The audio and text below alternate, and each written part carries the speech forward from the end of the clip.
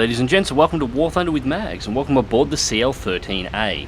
It's been a long time since I've flown this plane. I think it's probably important that I fly it out now, because we're going to have a little bit of discussion about the upcoming balance of War Thunder high-end matches. Now, I'm not going to talk about the matchmaker in this one. I'm saving that one for a vlog that will be coming up later on this week.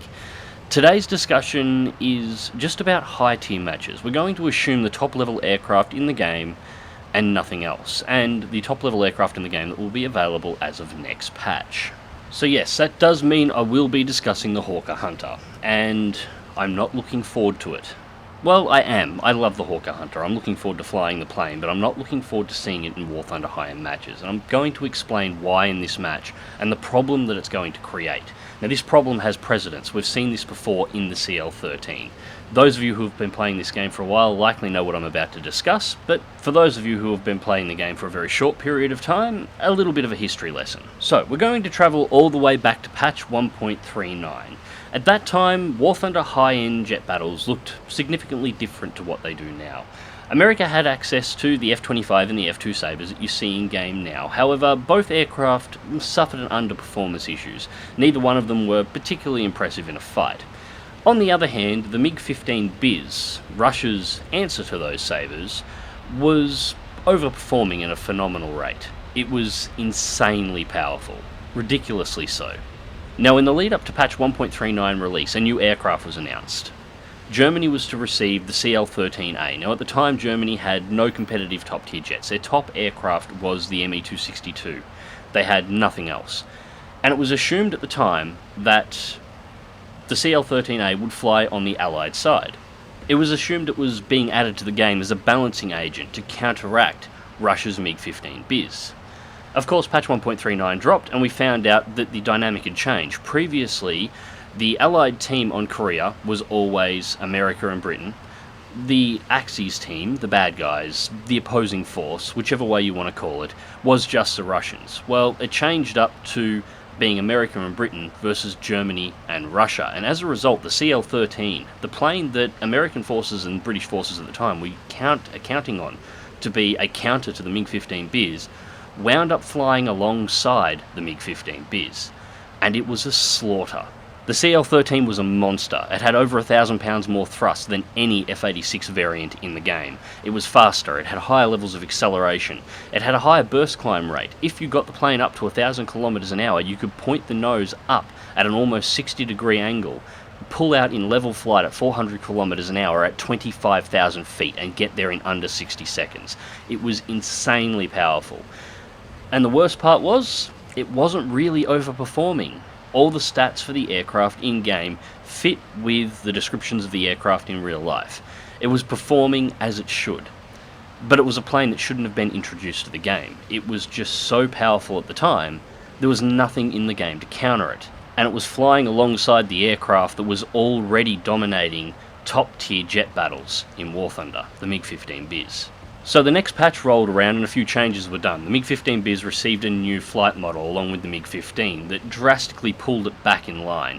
It went from severely overperforming to performing within specifications, or pretty close to. The MiG-15's flight model is still today not overly bad. At the same time, the F-86 Sabres got a little bit of a buff, and this leveled the playing field between those two, but the CL-13 was still a problem.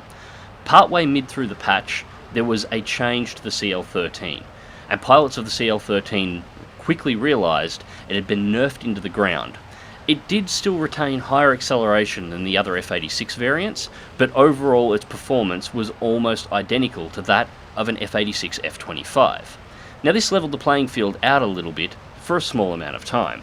Another patch later, and I don't have the exact time on this change was done as I wasn't playing jet battles at the time, but the F-86 F2 received a buff that it shouldn't have received. The F-86 F2 is an F-86 F-25 fitted with 20mm cannons, or at least that's what it should be. In real life, there was only a limited number of prototypes built. They worked perfectly fine, but the US Air Force decided that they didn't need 20mm cannons on their Sabre. The 50 cals were performing perfectly fine, so they didn't go with the design. There was no changes to the engine, there was no changes to the airframe. The plane flew exactly the same as the standard F-86, it just had more firepower but limited ammunition. In War Thunder, the F-86 F2 performs between 5 and 10% better than the F-25s do. They're faster, they accelerate better, they're generally more manoeuvrable. in terms of flight performance, they actually fly a lot more like the CL-13 should than they do an F2 Sabre. Once again, this change unbalanced the game, but this time in favour of the Allies. American forces suddenly found themselves able to dominate high-tier jet matches. Now, while it is entirely possible for Russian forces, using the now nerfed CL-13 and the MiG-15 Biz, to be able to take out the F-86 Sabres, it requires a lot of work on their behalf. Their aircraft are generally harder to perform. It is much easier to win a match flying from the F2 side. Now, all this history leads us up to the now, where, once again, one side of the high-tier jet battles is favoured in terms of performance. The American side, the Allies side, the side that currently consists of the Japanese, the British, and the Americans. And next patch, we're looking to receive the Hawker Hunter. The Hawker Hunter will be the most powerful aircraft introduced in the history of War Thunder. The Hawker Hunter is powered by a Rolls-Royce Avon turbojet. This engine puts out 7,350 foot-pound of torque, or 32.69 kilonewtons. This is around 100 more foot-pound of torque than the CL-13. Its rate of climb was 7,400 feet per minute. Now, this seems awfully low until you realise that the Hawker Hunter was able to maintain that rate of climb to almost 35,000 feet. At 33,000 feet, the MiG-15 Biz can only climb at 4,100 feet a minute. It's armed with four 30mm Aiden cannons with 150 rounds per gun. That's a burst mass of 17.6 kilograms per second, and it has a maximum level flight speed of 1,107 kilometers an hour. Now, it will be the least maneuverable of the top-end jets, and at 10 tons loaded, it will be the heaviest. But even at that 10-ton weight, it will be faster, it has a higher climb rate, the extra weight will give it a higher dive rate, and it'll have more firepower than any other aircraft currently available in War Thunder. And it's going to be flying alongside the aircraft that is already unbalancing War Thunder top-end jet battles. Once again, history repeats itself and Gaijin makes the same mistakes they've already made. This is why I'm not looking forward to the Hawker Hunter. As much as I love the aircraft and I'm looking forward to flying it, at the same time, I've played through this already. I've seen what an unbalanced aircraft does to top-end jet battles, and for almost 2 patches, trying to get a top-end jet battle was nearly impossible, because nobody flew the opposing force. Nobody flew against the CL-13. I can see the same thing happening now. There is, however, one difference between when the CL-13 was introduced and now when the Hawker Hunter is about to be introduced. And that difference is the CL-13 itself. Gaijin currently has no aircraft planned to be added this patch, or at least none they've announced, to counter out the Hawker Hunter. Now, I don't particularly like the CL-13, a Sabre, flies against other Sabres. The CL-13 should be on the Allies' side. That's the way it worked, but it doesn't work this way in game. However, the CL-13 is currently nerfed in order to try and balance it into the forces already existent within the game. If Gaijin wants to keep jet battles happening at this point, I really think they're going to have to unnerf the CL. The CL is going to have the restrictions removed from it in order to give the Russian-German force in War Thunder a viable counter to the performance of the Hawker Hunter. Oh, for those watching the battle in the background, this was the point that I actually killed myself. Going after that Panther gave the F2 Sabre that's about to engage me a position and energy advantage on me, and while I did manage to take this Panther down, I was unable to escape the F2. But anyways, as I was saying, this is the only viable option I can see at this point. Otherwise, the next patch to 2 patches of the Hawker Hunter being in are going to be stupidly one-sided. Why, I have said in the past, and I still stand by, a good pilot flying his plane correctly will be able to beat the F2 in combat. And of course I'm talking about flying the MiG-15 Biz and the CL-13 versus the F2 here. They will be able to beat the F2 in combat despite its overperformance. When the F2 suddenly becomes the second most powerful plane in the game and the backup plane to people flying the Hawker Hunter, well, it's quite possible the German and Russian side will only be able to generate a win if the Allied team is stupid enough to let them.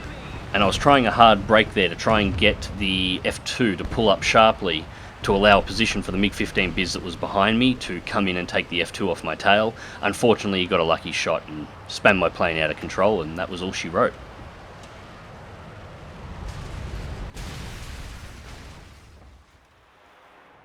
So, second place for the team with 3 kills, Professional X2, Shadow Strike Streak X2, Win Streak X3. I got a new Randell, the best squad, and Terror of the Sky, 84,900 Silver Lions, and 9,010 research points. No bonuses as I'm not researching anything. I am running a 15% RP booster and a 10% credit booster at this time, however. So, anyways, that's my thoughts on what's going to happen next match with the introduction of the Hawker Hunter, and I'm not looking forward to it. Now, I'm not particularly happy about the only real option to try and balance the Hunter out being to buff the CL-13 back to where it should be. What that's going to do is basically relegate all of the Sabres, excluding the F2, and every other the MiG-15 Biz and every other non-F2 Sabre CL-13 Hawker Hunter aircraft in top-end jet battles to being about the equivalent of the F9, F5. You know, it's a good aircraft, but it does fly at a disadvantage of the planes it's fighting against. It's going to, just render those aircraft, well, I won't say irrelevant, but probably non-optimal would be the best way to describe them. They'll be aircraft that you can make work, but if you really want to have a competitive match in top-end jet battles, you won't be using them. You'll be using the CL-13, the F2 Sabre, or the Hawker Hunter, and that will be your choice. Sadly, the alternative is to not buff the CL-13, in which case the players already flying spaded F2 Sabres will soon be joined by spaded Hawker Hunters, and CL-13s and MiG-15s will just disappear from the sky. What will likely happen at that point, and I'm not sure if Hokkaido is going to be active on the next patch as an available match for top-end jets, but if it is, it's likely that the majority of top-end jet battles that you get into that only consist of top-end aircraft will be just American F2 Sabres versus British Hawker Hunters on Hokkaido, or it'll be mixed battles, and that will be pretty much all you get. Anyways, ladies and gents, I hope you enjoyed the video. Click like if you do, subscribe if you want to see more. Fly smart, fly safe, and I'll catch you in the skies.